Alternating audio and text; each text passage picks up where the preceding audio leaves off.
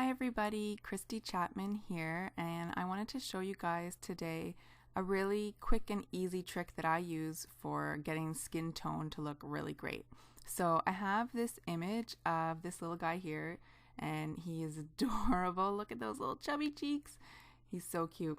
And you can see that his skin is pretty red, and actually that happens a lot with kids and babies. They tend to have red skin tones. So this is a very common kind of issue that we run into. So I'm in Lightroom, I'm in the Develop module, I'm in the basic panel here, and I have done, you'll see, a little bit of editing already, but I wanted to show you sort of the fine tuning that I would do to get the skin tone looking great. So for this image, first thing I'm going to do is get the white balance. The easiest way to get or play around with the white balance is to use this little eyedropper tool. So you're going to click on that to release it, and you're going to try to find a spot, a neutral target in the image. A neutral target tends to be a gray area. Sometimes it can be a white area as well. And what you're going to do is you're just going to move it around, and you see those little numbers at the bottom of that box are kind of changing. You want to find a spot where those numbers are as close to each other as possible. And I think we could probably, that's close enough. So we'll click on it there. And I mean, you can really just click around anywhere to see what you're kind of getting. But I think we had the best luck right here. So I'm going to put that little tool back, and I'm going to manually adjust it. It looks quite warm. I'm just going to, so what I'm doing is I clicked on this little pointer here, and I'm just rolling with my mouse.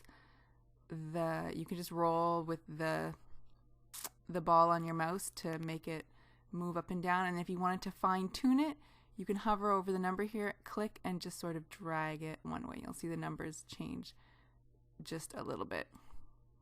So I think that looks great.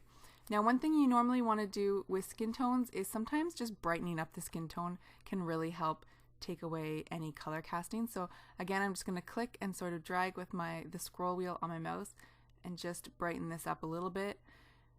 And you know, it still looks really great on the rest of the image. If ever the rest of your image gets too bright, maybe the option for brightening up the skin that you might want to do is select this adjustment brush, and maybe you would just want to bring up the exposure there, and you could just draw it on the face.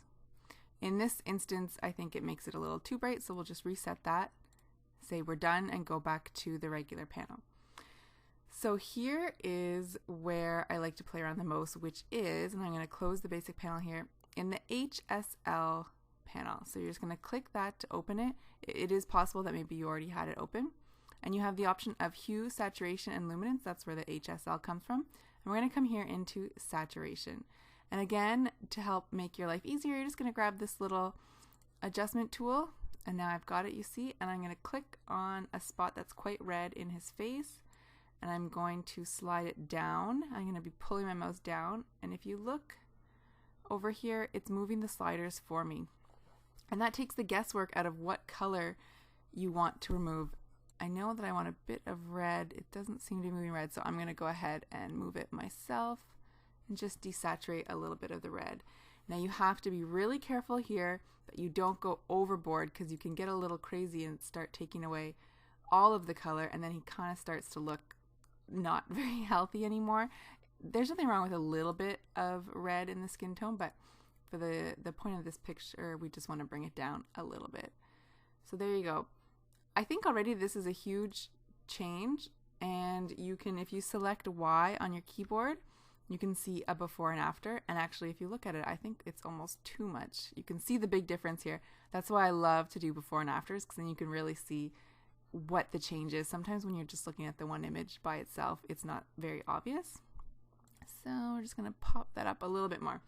There we go. So I think that looks super natural, and let me just close these little side panels here by clicking these little arrows. You can get a great view. So we still have some color in the face. It's not as red as it was before, and that was super easy. It took less than 5 minutes, and we have a final image. So if you have any images where any kids' faces or babies' faces are a little bit red and you want to sort of get rid of it, play around in the HSL panel and see what you can do. Have fun, guys.